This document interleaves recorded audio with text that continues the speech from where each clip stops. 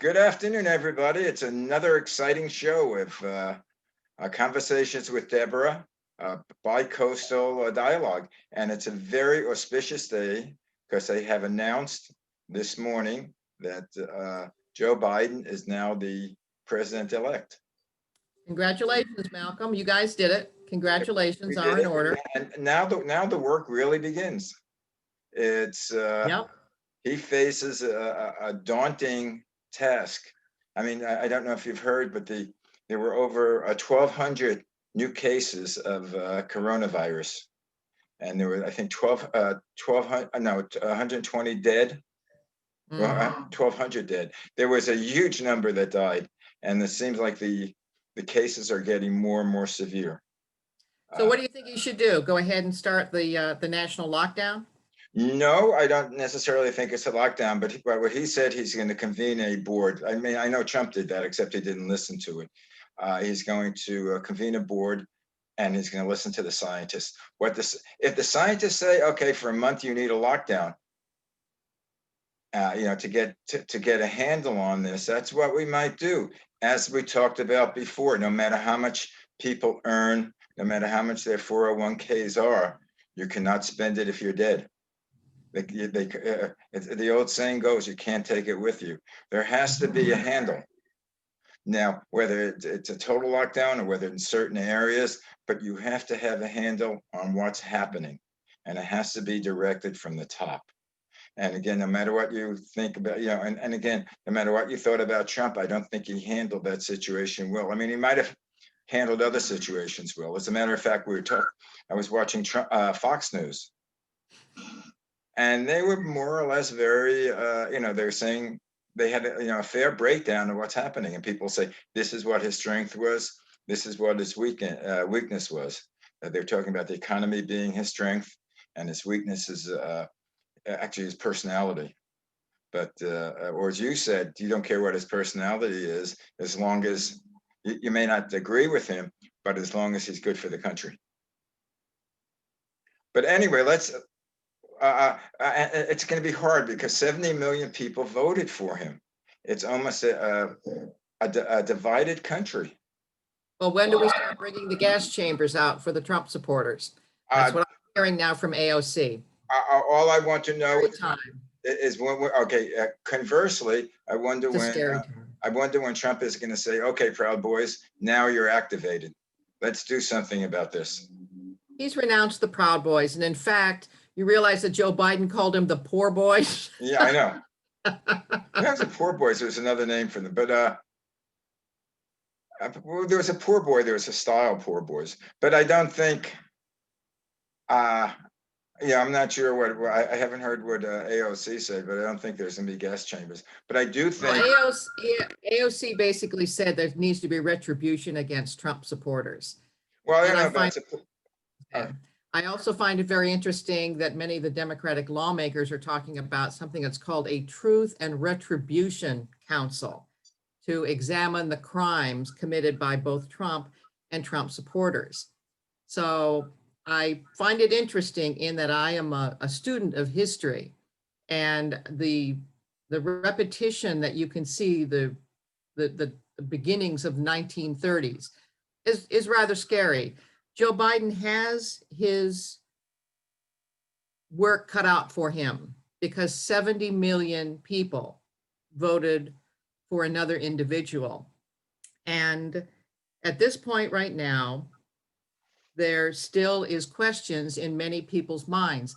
The concern that I have as an independent is that basics of the election, such things as having partisan poll watchers within easy eye distance of the ballots, was ignored. I find it interesting that there appears to be a computer glitch in Michigan, where votes were overturned that were Republican votes, now turned into Democratic votes. So much so there was apparently a reversal where a Democratic lawmaker had been declared the winner, and in fact, it was the Republican lawmaker that was the winner. That's exactly what happened in 2016 in my hometown, my home county of Orange County, where I was a news reporter and lived there for a number of years, in which actually a half a dozen Republicans had won during the election. And 4 or 5 days later, thanks to ballot harvesting, they were overturned and replaced by Democrats. So the problem is going to be that you have 70 million people, that's half the electorate at this point right now, that needs to be assured that the vote was indeed legitimate. And at this point right now, I looked at the parties and the street parades and all of that, went on to Facebook. Everybody was celebrating. And I, of course, congratulated everybody, which a number of people said, "You're being sarcastic." I said, "No, I'm congratulating you because Joe Biden is my president now.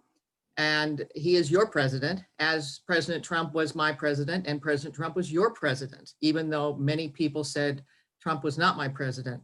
The problem is that we are Americans, and our difficulty at this point right now is that half of the electorate has been ousted and has been demonized by the news media, by Biden himself, by Kamala Harris, by a number of Democratic lawmakers. And you can't do that.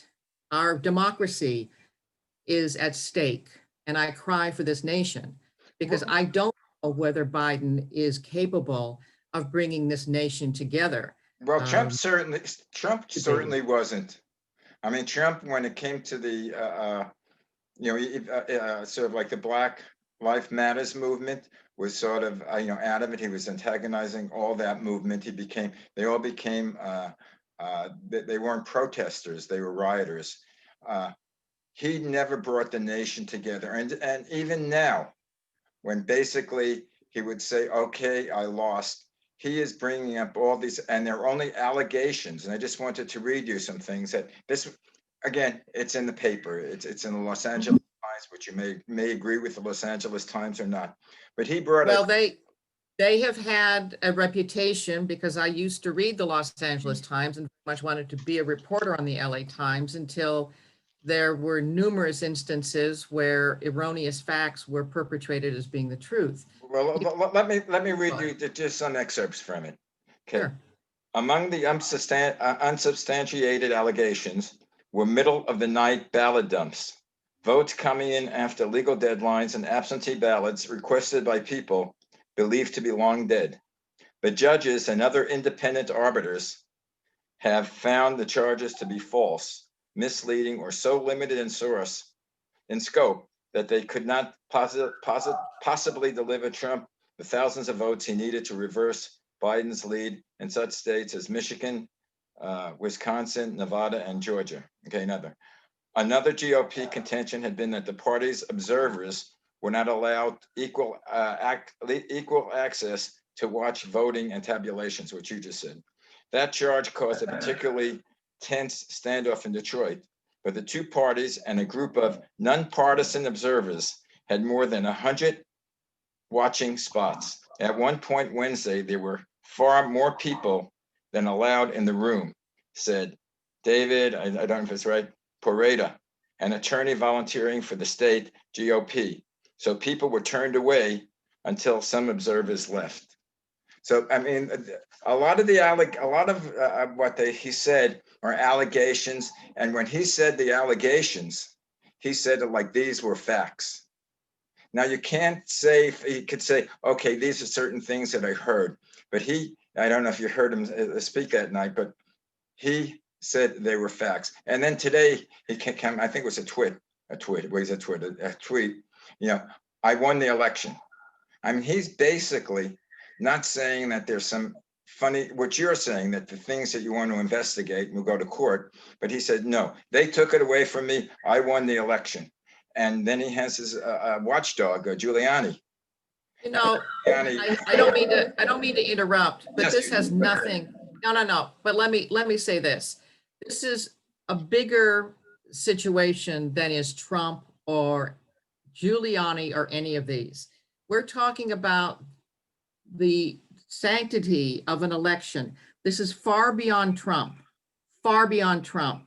You have 70 million Americans at this point right now that need to be shown facts, not just media hype, not just Democratic hype. And the other problem that you have is the demonization of Trump supporters.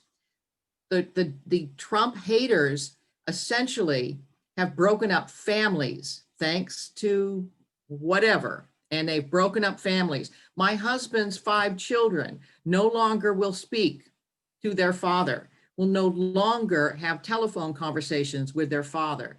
And the reason is because of the various propaganda that was put out for a whole variety of different reasons. I really get concerned about this. Well, because I have, together, I know, I agree that is problematic. But my yes, question is, you and I are old enough to remember, other elections, other contentious presidents, other contentious parties. Have you yes. ever in your lifetime found so much hate between the different groups? I have not seen so much hate on the side of the Democrats. I have not seen hate on the side of the Republicans. And I say that as an independent. I have not heard name calling by the Republicans to the Democrats, but on the converse side, I have seen the Democrats demonizing not only Trump, but also their supporters. I have heard news media talking about the heinous crimes committed by Trump, and then conversely, the Trump supporters. Okay, now I granted. You can't do that. You can't. Have you ever heard that type of dialogue before Trump with any other president? Well, Yes. aside from No, it was as contentious with Andrew Jackson, according to the history books. It was as I'm talking about our lifetime. Abraham Lincoln. I'm talking about our lifetime. Yeah, Abraham Lincoln, they started the Civil War. I'm talking about our lifetime. I'm not talking about back where the people thought we should be a democracy at all. Well, I must say, I mean, JFK was assassinated. So Yeah. But did you hear so much? Did you hear that much when JFK was alive? Did you hear that much hate on either side? I mean, I was of age. That was my first. I was a kid. Yes, I was a kid and what have you. I remember dinner parties my parents would have, and they would have raucous discussions about JFK and et cetera, et cetera. Once again, getting back to the whole situation, it seemed to be a personality issue with Trump. Trump came in and he wanted to champion the working class. He wanted to bring back jobs back into America. My concern at this point right now is that Joe Biden, because of his affiliation with China, will now continue the exportation of jobs back into China. We have 90% of our medical grade pharmaceuticals being manufactured in China. There was an attempt to bring it back here to the United States, and I hope it's going to continue. I hope it's going to continue so that we can have manufacturing, aluminum manufacturing back here in the United States and not in China. Well, I didn't. That. Did you hear, what, I haven't heard what he said since he's been elected, but before he was elected, he knew he was going to be president-elect. He said, there are no Republicans, there are no Republicans, there are no Democrats or Americans. I'm not an American, I'm not a Democratic president, I'm an American president. I want both sides. Let's see if give him a chance to do that. Of course, I'm going to give him a chance. I mean, I do think that he needs it, now that he's elected, he needs to come clean in terms of his relationship with China and the receipt of money coming in from China. I think we are owed an explanation now that he is president of the United States, that we are owed an explanation as to that. Oh, yeah, if there's something there, I agree with you. But then again, what do we do with ex-president? Do we pursue his, do we still look for his taxes? Do we still look how much money he made? He did nothing wrong. He did 3.5 years, and we spent $43 million on the Mueller report. And we finally found out that the whole origin, my dear, came from a political bad, dirty trick from Hillary Clinton. But that was started by the Republicans. She just helped finance it. But anyway, let's not get into, It was let's not, get, no. Let's stop, because it was not started by the Republicans. It was an idea that Hillary Clinton decided to want to divert the attention away from her emails. And we have several different sources that indicate that. but That's, we had a whole Congress look into that.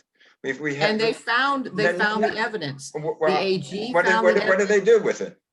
They found the evidence. What did they do with it? Trump was president when he had a whole committee, an investigation for it. There was an investigation before that, And and Trump, nobody found her. No one found her guilty. They found her. She did something stupid. and you have to admit the fact that Hillary was the one who financed the dossier, which was completely false. It was a political dirty trick. It was not necessarily completely false, but the Mueller report didn't say that there was no collusion. He said there's no evidence that he could pursue. Like I mean, that was interpreted. If they had evidence, Malcolm, if they had evidence, they would have gone for the throat, and they did. That was interpreted by William Barr. And when Barr said, "Okay, there's no there," that's when he was. Oh, you're quoting Peter Strzok and his text to his lover Lisa Page, who was the attorney for the FBI with McCabe. So Strzok was the one who said there's no there. There wasn't any there. And we've gone through 3.5 years of unbelievable angst, and there was nothing there. You that at this point right now, that President Biden needs to now answer the questions that should have been answered quite some time ago. I want to know why his son Hunter was on a board of a venture capitalist company that was funded by the Bank of China, which that venture capitalist company subsequently got approval from CFIUS to buy an American auto company that had technology that was applicable not only to consumer cars, but to the military. Military. Why was that approved? What year was that? Was that approved? What year was that? That was about 2 years ago. How did Biden participate when? Pardon me. It was 2014. Maybe it started. I don't know, but they didn't need any other approval. All they needed. I beg your pardon? They didn't need any other approval. No, once you get the approval from the VP and CFIUS said, fine, you go ahead and purchase that. We need to have explanations. We have to have explanations for everything, but as far as that was never brought up into contention. There was. You're not curious. You're not curious about the money. I'm curious in a lot of things. I'm curious. I'm curious why you would vote. Well, again, I see things one way, you see another way. I did not think that Trump would become president in the first place. I see right now there are a lot of loyalists. I mean, the 70 million people that voted for him.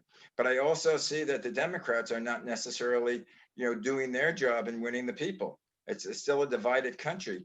And I don't see where the election was fixed, because where I see is that Trump lost, but there was no blue wave as they had predicted. Again, the pollsters fucked up, but there was no blue wave. The House of Rep got more Republican Congress people. We still haven't won the Senate. Hopefully, that will, if we get the two people from Georgia, then we would have the Senate. But without the Senate, and McConnell can block everything like he did, like he blocked the judges for Obama, like he blocked anybody from the Supreme Court from Obama. Well, it's called checks and balances. That's what it's called, checks and balances. But it was never as contentious and never as one-sided as it was. It was the checks and balances with Democrat, Republican. It wasn't whether the person is good for the country. For some reason, I don't know, I'm still an idealist. I don't see why politicians are so much politicians for the party. I don't understand why politicians can't be good for the country. I don't either, because what's good for the country is good for the politicians. Right. Making sure that middle-class America has jobs and has plenty of money to spend. They are the backbone. We are the backbone of Right. the economy. I totally We agree. run it. I totally agree.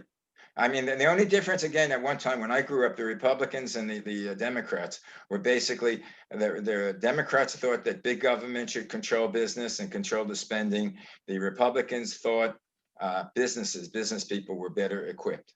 That was, I mean, they weren't at each other's throats. Mhm. I mean, lately they've been at each other's throats. I agree. And we need to have the yin and the yang. We need to have the balance between two strong American-based political parties. And once again, socialism is not going to work here. So It will work in Venezuela, it'll work in China, it will work in the Soviet Union, it'll work in Cuba. We need to have two strong political parties yeah, that have the yin and the yang. but there's something I think called, I haven't studied it recently, but capitalistic socialism. I mean, basically that's what we are. Again, half of the things that we do are socialism. Anytime that the government, spends money to build roads and hires people like they did during the New Deal, that's socialism. Mhm. Social Security is socialism. Unemployment is socialism. Health Social Security is not socialism. They took money from me and they, okay. The health plans are socialism. They get the Affordable Care Act is part of socialism. That and ain't I'm bad. glad, I'm glad they stopped the penalty for people who didn't want it. That ain't bad. But again, Obama, that wasn't what he wanted. That wasn't his whole plan. That's what he could get through. And that was supposed to be tweaked.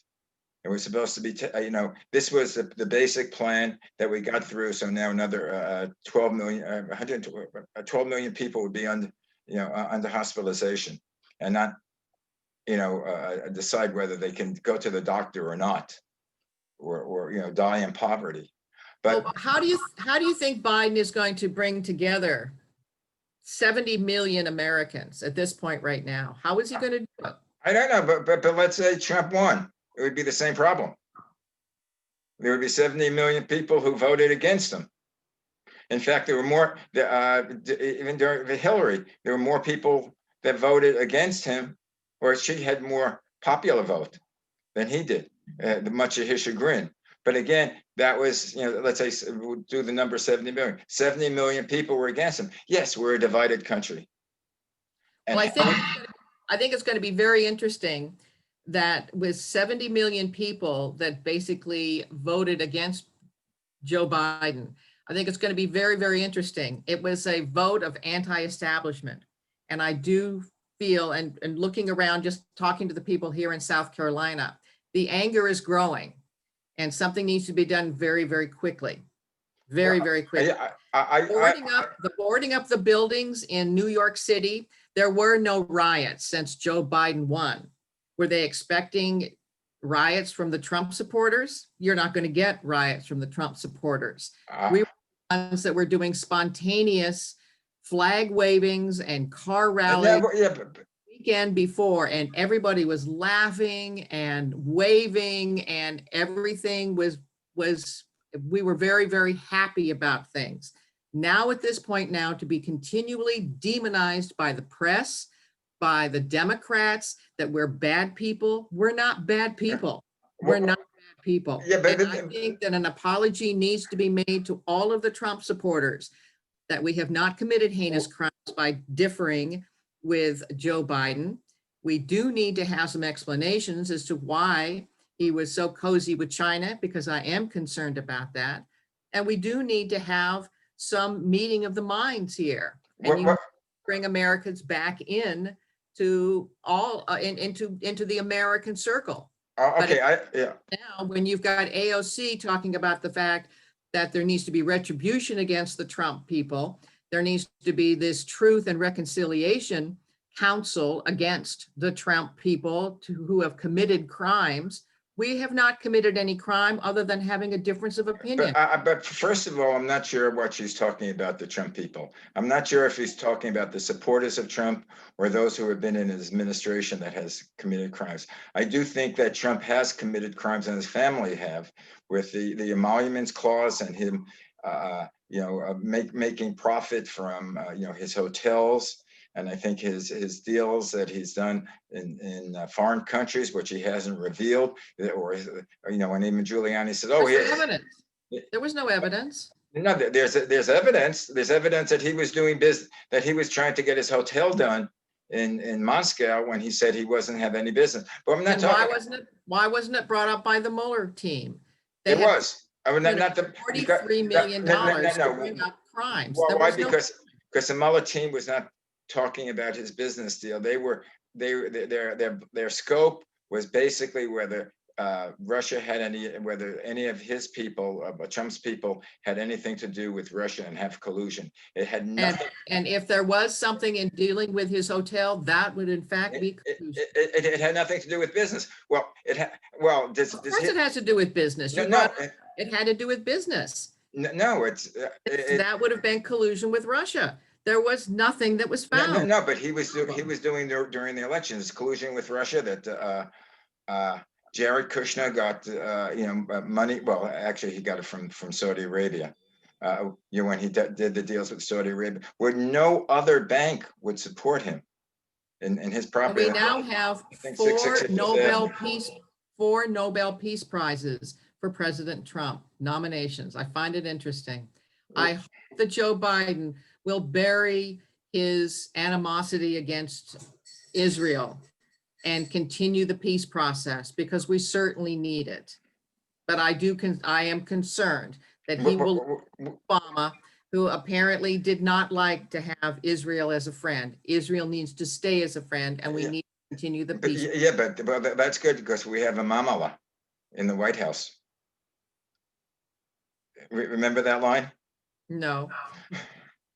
Oh, you didn't? Where Kamala, said she married, her husband is Jewish, and she said, and she has stepchildren, and she said they were talking about what she likes to be called. She said, "My favorite line is I'd like to be called Mamala. That's what my kids call me." That's like a Jewish mother or a Jewish child. So again, being Jewish, we have some influence in the White House now. Why would you be? I'm married to an individual. My husband is Jewish. Yeah, so I know. I have great appreciation. Would he be called the first man? Who? I think his name is Bruce. I'm not sure what his name is. The Kamala's husband. Well, as soon as she becomes a president, because Joe obviously at this point right now is not going to be. He's not well enough, and I hope that he is well enough to stay as the president. Why would he be any worse than Trump is? Trump is overweight. Trump has high blood pressure.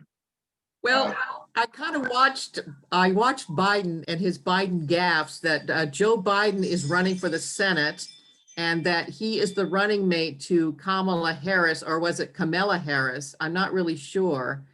So I don't know. I get worried about him. Yeah, but how about he has comprehension problems? How about Trump's faux pas also? Trump is full of them also, that he said the wrong words, or he can't move his mouth. Joe Biden has it's the same. A problem. It's both of them have problems. The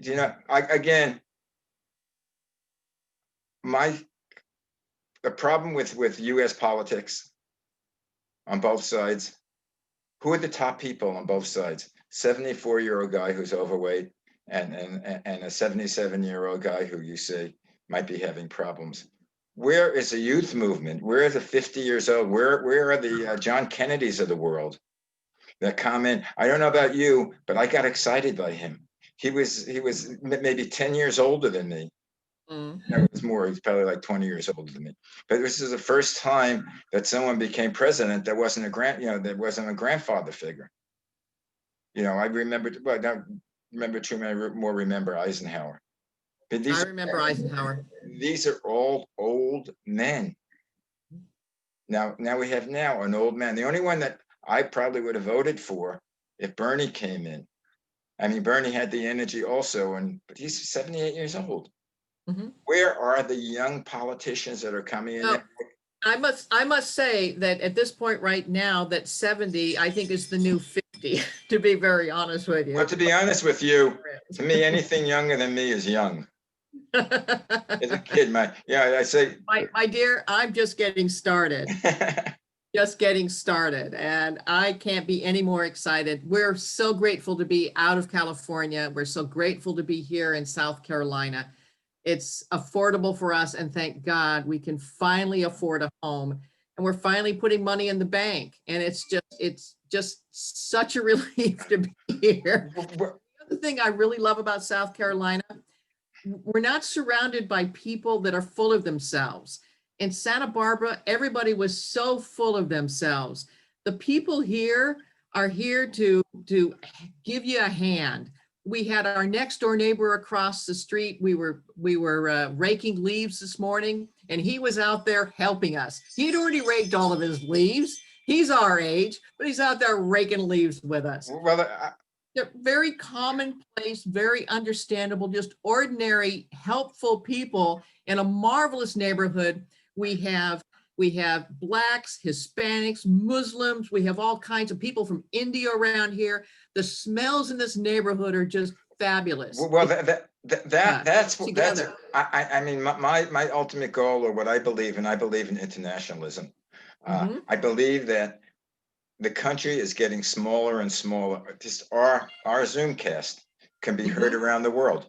Yep. I mean, if I know I see who's hitting it. I see London, I see Asia, I see China. I haven't seen Russia, but it's a small world. You hop on a plane, I can be any place within half a day. We're no longer colloquial. We're no longer guarded by, that it takes 2 weeks to come here by boat. That's a typical of the coronavirus. It came over here from China. We have to have people in China to see what's happening. We're all over the world with eyes. We can't say, "Oh, make America great again." We have to make the world great again. We have to.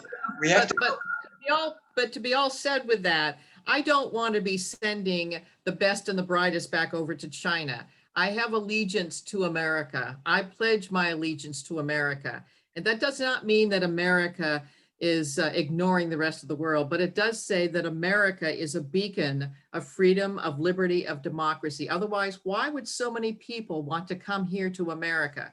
America is a place where there is a melting pot of people, of talents, of hardworking individuals. The biggest problem that I've had in the past is allowing people not to be able to contribute to this society. And when Trump talked about America first and America becoming great again, that's what he was talking about, is that we can be self-sufficient, that we have independence, that we can be a beacon for the rest of the world. And that was what it was all about. Yeah, but it was taken as being a negative. It's not a negative. But we used to be a beacon. We used to be we are still a beacon. What does the Statue of Liberty say?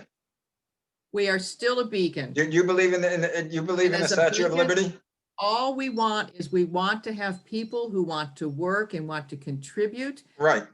When they accept citizenship into the United States, as we want to have people from various countries accepting citizenship into the United States, they pledge allegiance to America. Right.